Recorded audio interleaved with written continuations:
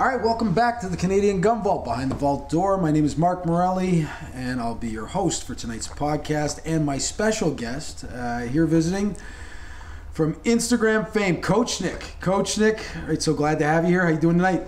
I'm doing great. Thanks for inviting me over. This is great to be behind the vault door. Yeah, you know, for the people that don't know, Coach Nick has been a fantastic friend, a good shooting buddy, and now cigar and scotch partner. Oh yeah. You know, yeah, absolutely. You know, he's got fantastic taste in cigars, and I will occasionally indulge in a alcoholic beverage, one, you know, to be exact, especially when doing a podcast. You know, I'm going to encourage everybody out there to drink responsibly. It's important. Always. Yeah, always. Especially as we head towards the Christmas season. You know, safety first. Right? We're always going to emphasize that here at the Canadian Gun Vault. Anyway, Coach Nick, again, good having you here. And I wanted to talk about a couple of subjects with you tonight. Coach Nick is probably one of my most level-headed, down-to-earth friends. And I've known him now for a couple of years, and we've definitely gotten close. You know, Coach Nick first appeared on the Instagram page, and then after some conversation, we managed to get out and do a little bit of shooting. And I think I found a lifetime friend in this man. So I'm really proud, right, to call him that, and to have him here tonight. It's really good to have you here, bud. Feelings mutual. Yeah, we always seem to have a good time.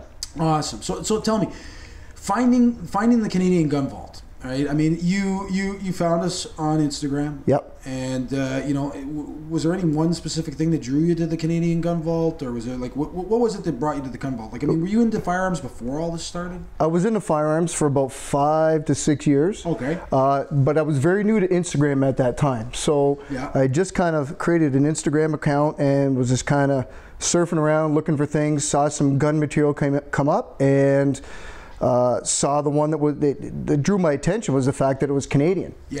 Yeah, we're getting a lot of that. A lot of people are you know, sending a lot of praise our way for being a 100% all Canadian you know, site, and of course it's gotten a lot of attention from Canadians, but as well from our American followers, right? Love you guys, and now we're seeing a lot of people from around the world. Yeah, you were mentioning the other day, totally international. UK, yeah. Norway, yeah, all over the place. Germany, Brazil. You guys out in Brazil are awesome. I tell you, the Brazilians love their guns.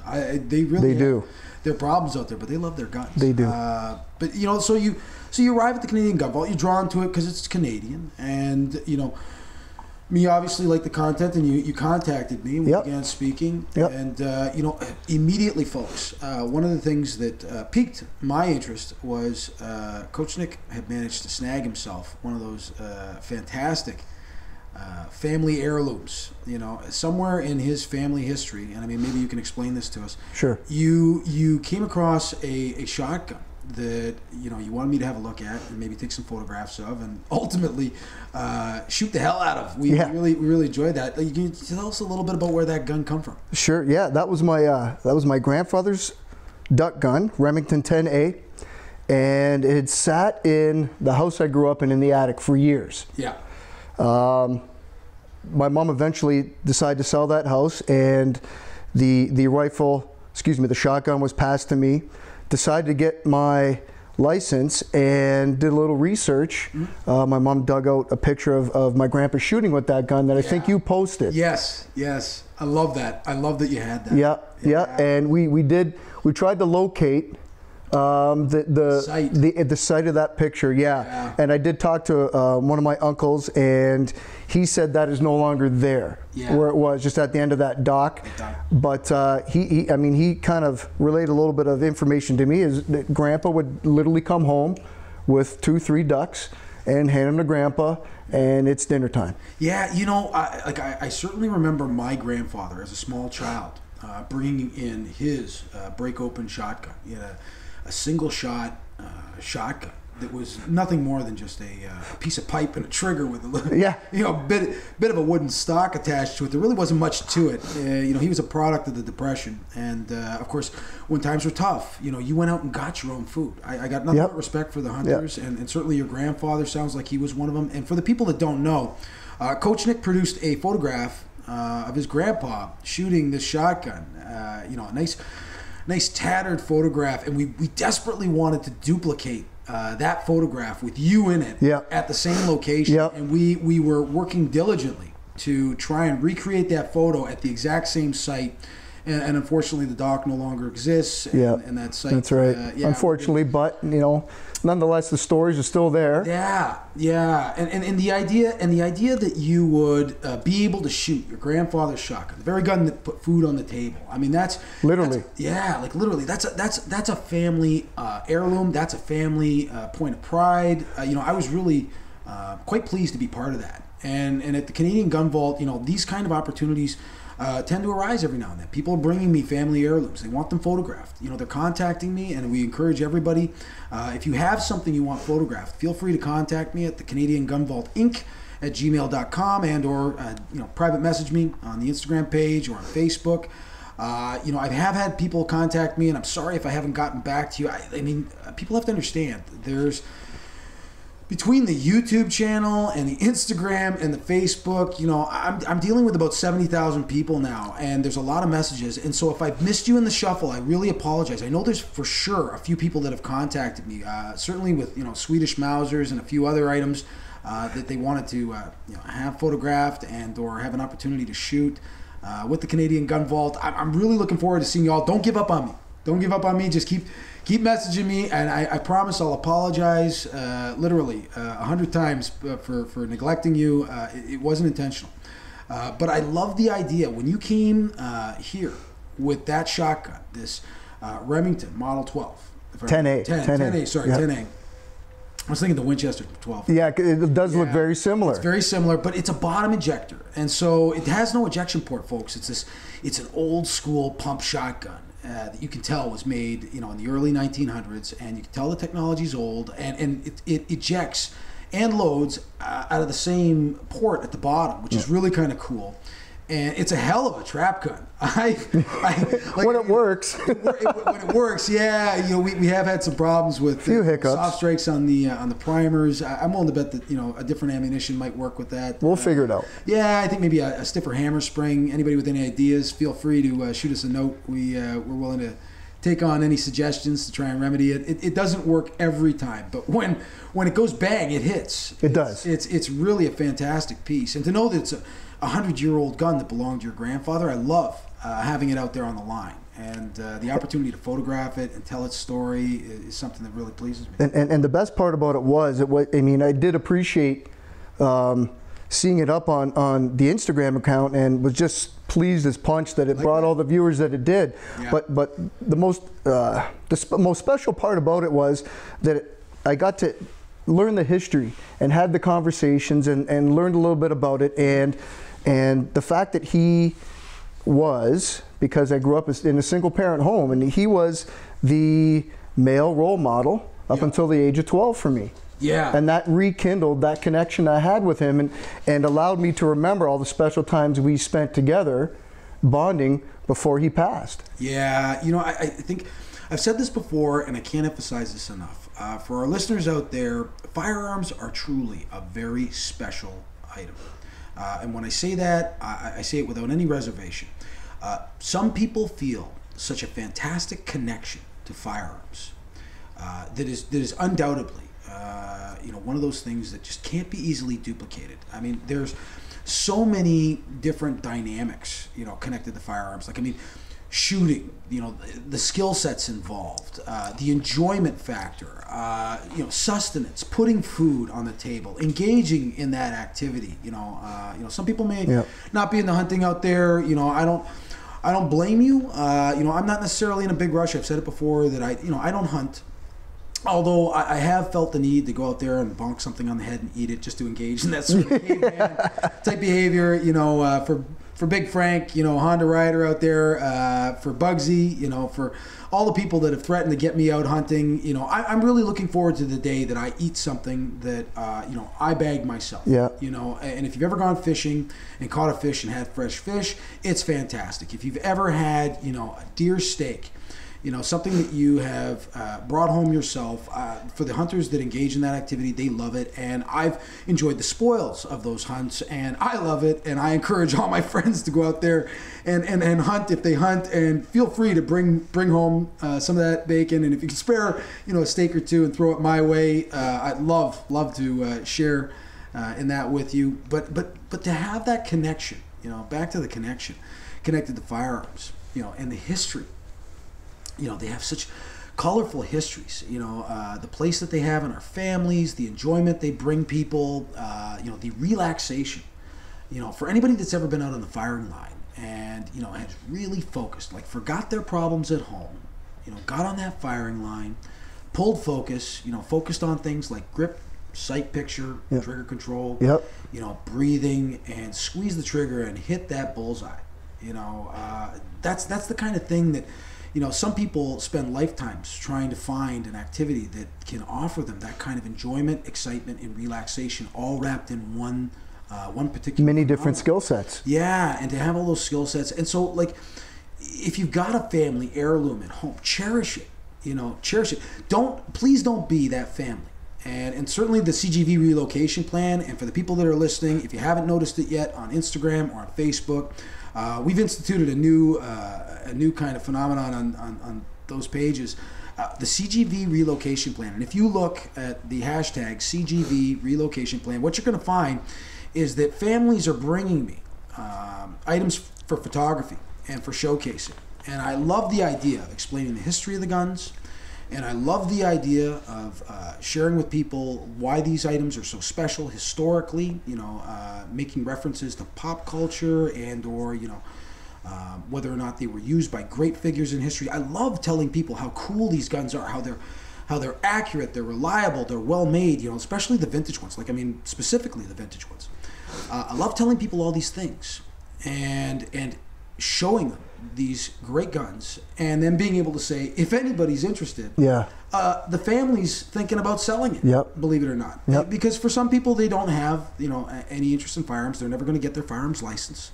And maybe they inherit these things and they don't mean much. It's not their thing. Yeah, I would encourage any family to go out there. Some member of the family should go out there, get their license, at least take over carriage of that item and use it, in an effort to kind of reconnect with the family. But if you don't have any urge to do that, feel free to contact us at the Canadian Gun Vault, and we will definitely showcase the item if you want to see it up for sale. We don't sell guns, but what I do is I put people in touch with the families that are selling them, and for the people that might want to sell them, it's not me selling guns. I'm just putting the right people together. And I love the idea of seeing these guns go to places where people will appreciate them. We often use the hashtag to a loving home, because there's going to be somebody out there, like if you decided, heaven forbid, that you should ever decide to sell that Model 10. Never. Absolutely not. I like that. Absolutely not. I love that attitude.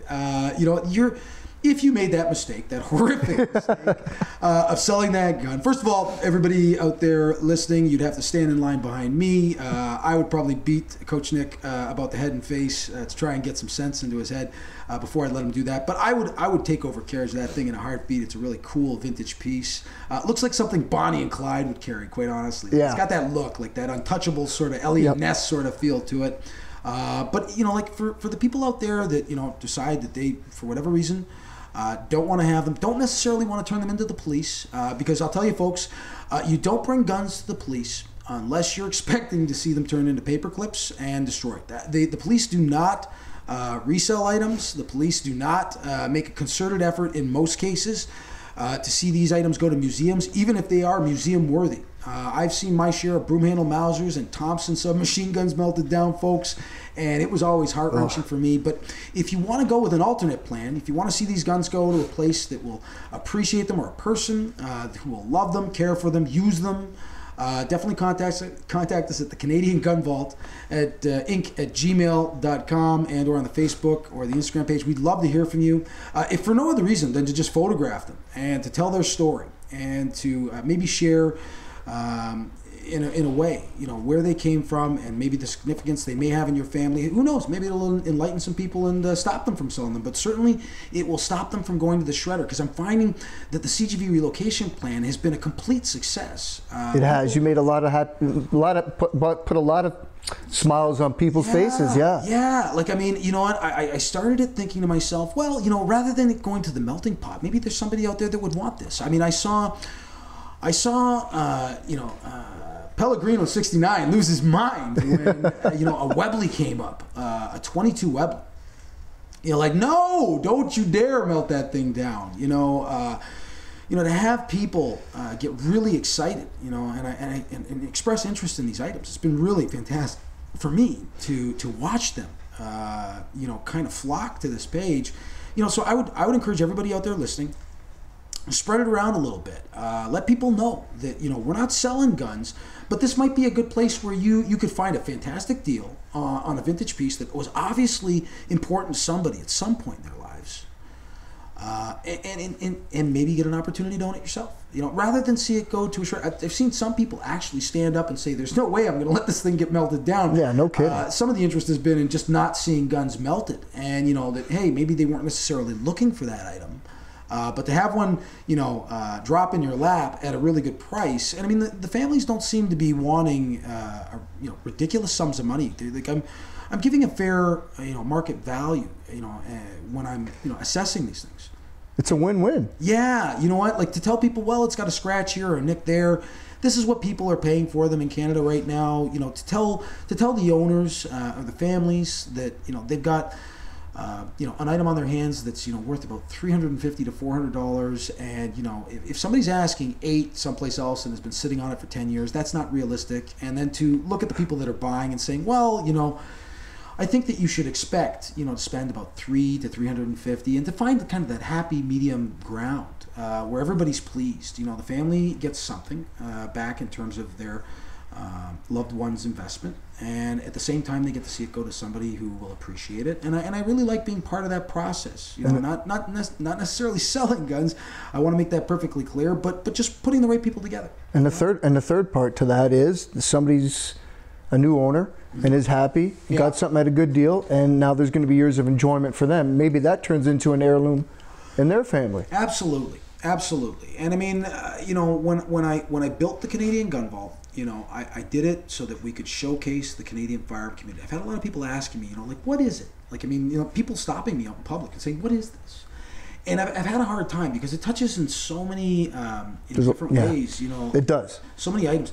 It started off as a firearms enthusiast page, and it's grown into something completely, I don't want to say completely different, but it's evolved, and it's taken on a life of its own. I'm really pleased about that. And I don't want to bore our listeners, but I mean, just to keep you up to date on the progress, we've hit 54,000 on Instagram. We're still at about 12,000 on YouTube, but we're about to start filming again, so we're expecting that those numbers are going to climb. We love that you guys have been paying attention to the podcast. They're growing. The number of downloads from SoundCloud and iTunes seems to be consistently going up and up. Our listener base is growing, and I love that because as our population grows, I'm convinced, so does the strength of our voice. Absolutely. And so to have it start as a firearms enthusiast page and to have it evolve into showcasing the Canadian firearm community and to give people an opportunity to get the latest news about what's going on with firearms, to see some of the best deals, the gun stores, to travel around, to show people the different types of guns that they're able to own, how some things work, to give basic tutorials, like just the other day, I loved it. A post, I did the simplest of posts, and you never know what's going to happen. I may set up the most elaborate display for photography, and it's not all about the likes, but 600 or 700 people may like that, but I put up a picture from one of the sites I had borrowed from, which is something I don't do that too often, but I saw a really great picture, a cutaway of a bullet. I saw that. I saw that. Yeah. It was a cutaway of a bullet, and it had the projectile and the case and everything kind of split down the middle, but there was visible powder and primer and everything. So it basically showed you the components of a bullet in a cutaway type layout. And so I zoomed in on it, and I thought, for the people that don't know, because there's a lot of people that don't know how a bullet actually works, and I had an opportunity to, kind of stretch my descriptive power legs, and I kind of described in a very simple way how a bullet works from the time that the firing pin strikes the primer till it travels down the barrel and goes bang. Right. For the people that aren't familiar.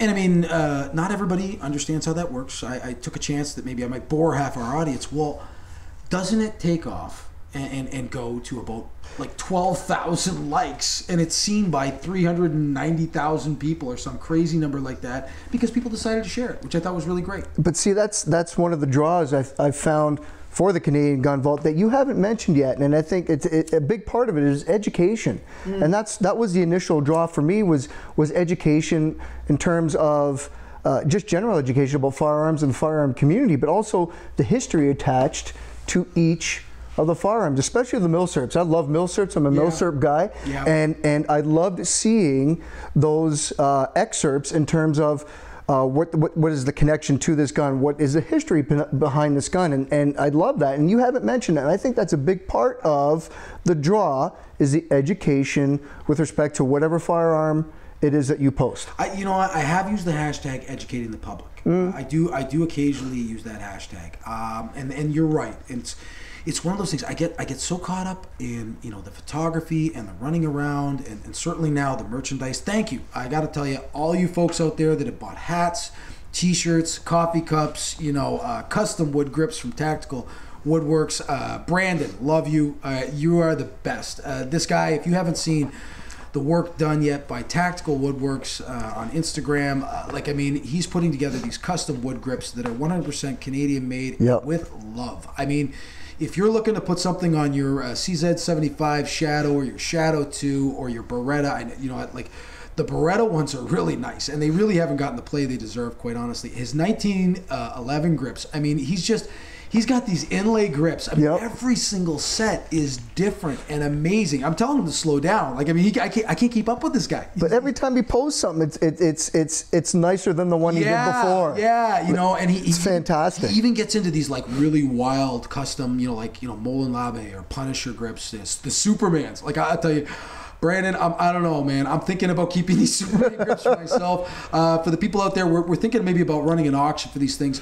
For the special custom order grips, certainly Brandon's grips are worth every penny at $100. But when he gets into these special order custom grips, he hand carves these into, they're beautiful works of art. They feel fantastic on the gun, but when you lay that gun down on the bench or when you're looking at it at home, I can't think of a nicer treatment for your gun. So if you haven't looked up Tactical Woodworks, folks, definitely have a good look at Brandon's custom work. It's amazing. We're going to be auctioning, I believe, those Superman grips off soon. Some lucky owner is going to be able to put those grips. It's the split Superman S and 2 grips panels that it just looks amazing on any 1911. Well, don't forget the presentation too. They come in a beautiful box. Yeah, right. Don't forget that. You like that? Yeah. Brandon kind of had me. I thought about putting them just in a bag just to cut down on shipping costs for people, but they were just too nice to ship in a bag. I thought, they should go in a presentation box, and so we provide that to people. It's the cost is quite reasonable. If you look at custom grips anywhere in North America, you're definitely into $120, folks. At $99, they're a steal. I think, quite frankly, once these grips start going out the door in number, you might have to see an increase if we continue to move at the rate we're at. But anyway, back to, I got to come back to the education. You touched on it. It's one of those things that with everything going on, I sometimes forget that people aren't in the loop. I created this thing to showcase the Canadian firearm community. I did that because I thought, in my heart of hearts, that the best way, to reach people and to make them understand what it is that we love about firearms, we had to educate them. That if we were going to change attitudes about firearms in this country, that we were going to have to do it through a number of means. One, we were going to have to show them that we're out there having fun. I have seen pictures of people shooting firearms before. A lot of people make the mistake of trying to look cool, or it comes across looking aggressive, hostile, and mean, quite frankly. When you take pictures and you try and look cool. I love taking pictures of the smiles. I've always found that that's something that was missing from firearm photography in a lot of ways, to show people actually having a good time out there. That was step one. 2 was to let people know how special these things are and what a fantastic place they've held in history. And to show them that their favorite movie heroes have carried these guns, used these guns for good, to demonstrate through education that there is a place in Canadian culture, a very large place, I might add, for firearms. And a lot of people, I don't think, understand that the American culture is very different. And it is. It's completely different, and it's not that it's right or wrong, and certainly it's got some great things that I love about it. To our American listeners, I love you guys. You're a little wild by Canadian standards, but definitely run parallel to Canadian love of firearms. And if you didn't think because you drove up to the border and you saw a sign that said no firearms past this point, that there were no guns in Canada, I've spoken to a lot of Americans, our American counterparts, who are surprised to find that we can own handguns in Canada. We own them very differently. We don't, tuck them into the back of our pants. And I've had some not yet. Not yet. I've had some good laughs with Honda Rider about this one. We don't load guns and carry them around in the back of our pants. It's not that way up here. It's very much a range culture when it comes to handguns and restricted rifles up here. Like your VZ rifles, and of course we don't have regular ownership of AK-47s anymore and HKs. We're working towards changing that ultimately. We are. But again, that comes through education, and we really do feel here at the Canadian Gun Vault that by educating the public, by demonstrating that we're good people, that statistically we have no part in criminal activity. When you look at things that are going on involving criminal activity and firearms, the Canadian firearm community is nowhere near that. We've had recently a bit of a mishap, and I mean the SKS has been the subject of much controversy lately. And it has, yeah. Once again, this has come up, and I mean I don't believe in dodging these subjects. I really don't. And some people would say, "Well, why is he bringing that up?" I'm thinking it's an important thing to talk about. You've got apparently, and I mean I can't verify this. I wasn't there, but apparently. A police officer tragically and horrifically was shot by a man who was in possession of an SKS, according to the news anyway, has shot a police officer and killed a police officer with an SKS rifle. He had a license at some point, apparently, and the license expired, but he was still in possession of the rifle. And I can't help but think that it's a fantastic, terrific coincidence that the SKS seems to be continuously popping up again and again in the news. Not that I would suggest anything's been fabricated here. Certainly, if somebody's passed away, that's horrible. But here we go. We've got a former PAL holder who's injured and killed somebody with this SKS rifle. And once again, I see firearm owners everywhere cringing. And every time you see in the news, right, Coach Nick, right, a firearm-related event, what's the first thing that jumps into your mind when you think about, or see in the news somebody using a firearm in the commission of offense? Here we go again. Yeah, and I mean, you expect what?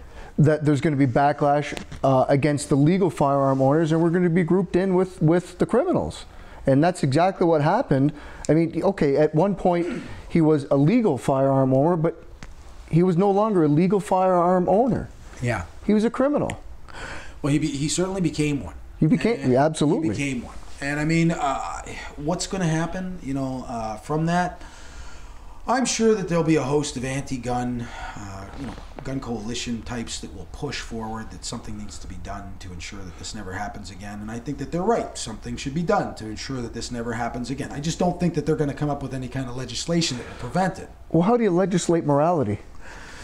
That is right. That's the question. That's what it boils down to. How do you legislate morality? You don't. You can't. Well, I hear a lot of people talking about trucks and cars and anthrax, and if you want to hurt somebody, you're going to. Knives is a of course you are. Yeah, and firearms. If everybody can kind of just take a moment and think about it for a second, firearms are just a vehicle by which a bad person does bad things. Or at least that bad person chooses that bad thing to do it with, which is completely wrong and unacceptable and needs to be addressed. And I think that it speaks to some really serious issues.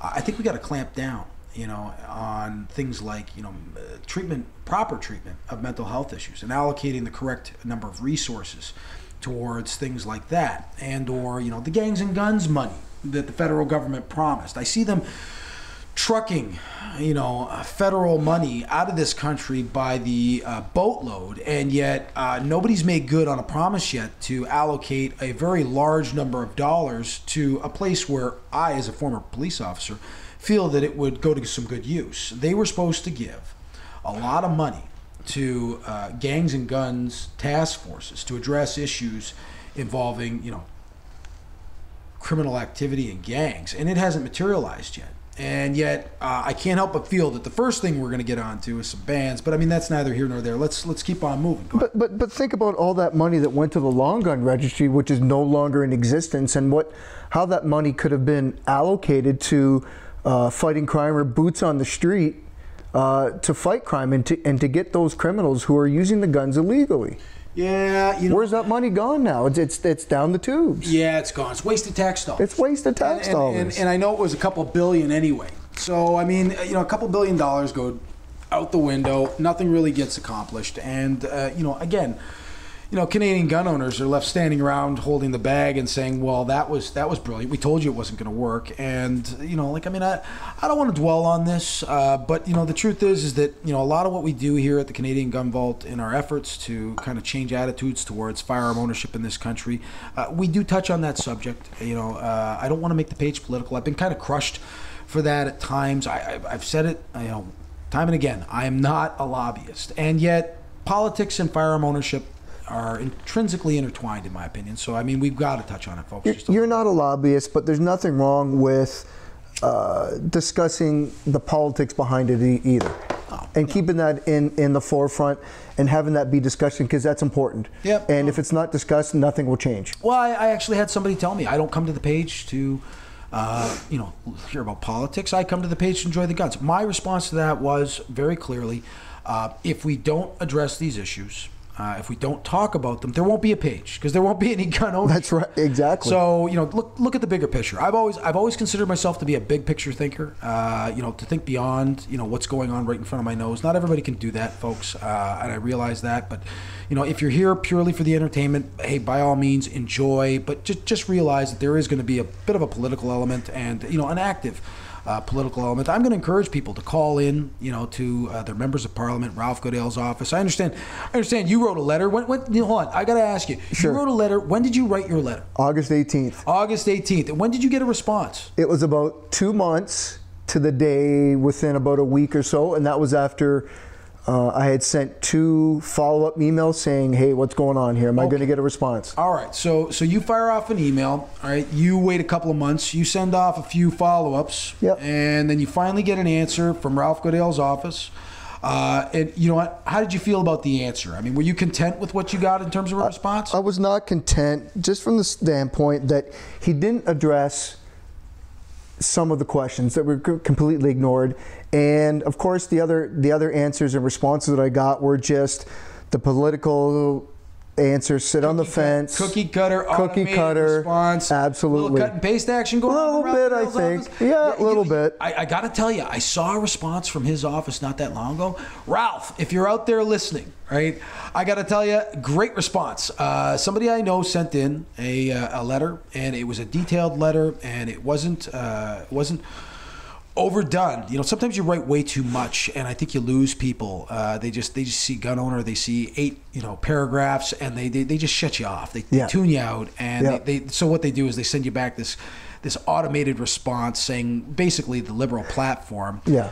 And you know what? But to Ralph's credit, or to his assistant's credit, somebody wrote a very good response that actually, and I'm not willing to fall for it, looked like they actually gave a little thought to what they were doing. For the people out there listening, we're very used to in the firearm community getting these stupid automated responses months later that they're all the same. I could compare my response today to somebody who got one asking a completely different set of questions or making a completely different set of points. I could compare my response to 4 or 5 others, and they'll all be the same. Well, it looks like they've smartened up. It looks like Ralph Goodale's office is actually putting out something that looks like they care, and more so than usual. It looks like they really are now making a concerted effort to try and ensure that firearm owners don't get too rowdy. It looks like they came up, I don't know, maybe they had somebody write up a new response that would be a little less inflammatory than the usual. And I actually was kind of surprised by what I saw. It looked like a good response, and it actually looked like, they kind of mean to not hurt us that badly. I don't buy it. I'm not falling for it, Ralph. I'm not gonna lie to you, right? I've been burned one too many times by the federal government changing their minds about their feelings on the subject. So we're not.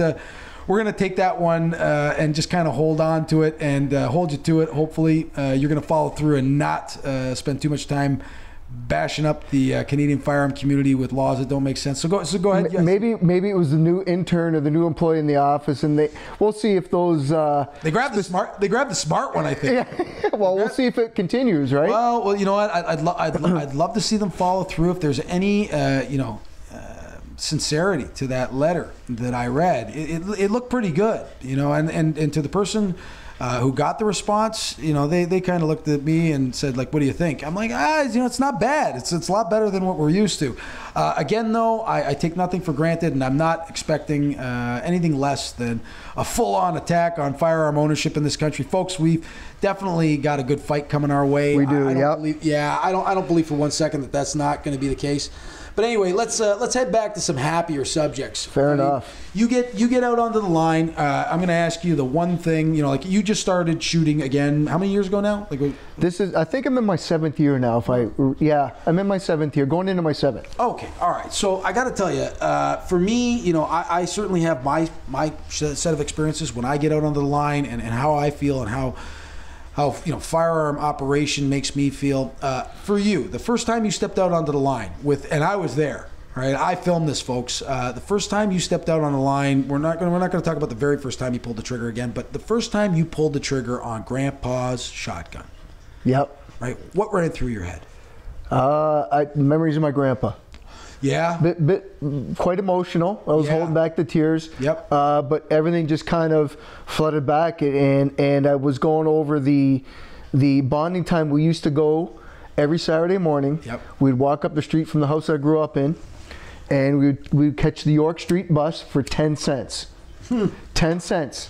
So I remember dropping my dime in the little slot, and we would take the bus down to the original farmers market on York Street. Yeah. You know what? I remember the 15-cent bus ride as a child, and so you're just a tad bit older than I am. Just a tad. But I remember riding the bus with my grandpa. You look older than I do, though. Yeah, well, that's because I've had so many people stressing me out, buddy. It could be. I have had kind of a stressful last couple of years, but it's getting better. It's getting better, and I'm enjoying it more and more every day. And certainly spending time with good people like you is making it easier for me. All right, I got to tell you, so grateful that you took the time to be with us here on the show tonight. Right, Coach Nick, thank you so much for being here. Right, I got to reach across and shake your hand. The honor and the pleasure is mine. Absolutely. All right. Well, hey, we'd love to have you back again, buddy. Thank you so much. Anytime you want. All right. Well, that's about all the time we have tonight for tonight's episode of the Canadian Gun Vault Behind the Vault Door. My name is Mark Morelli, and as always, Canada, shoot straight, stay safe, and have a great night.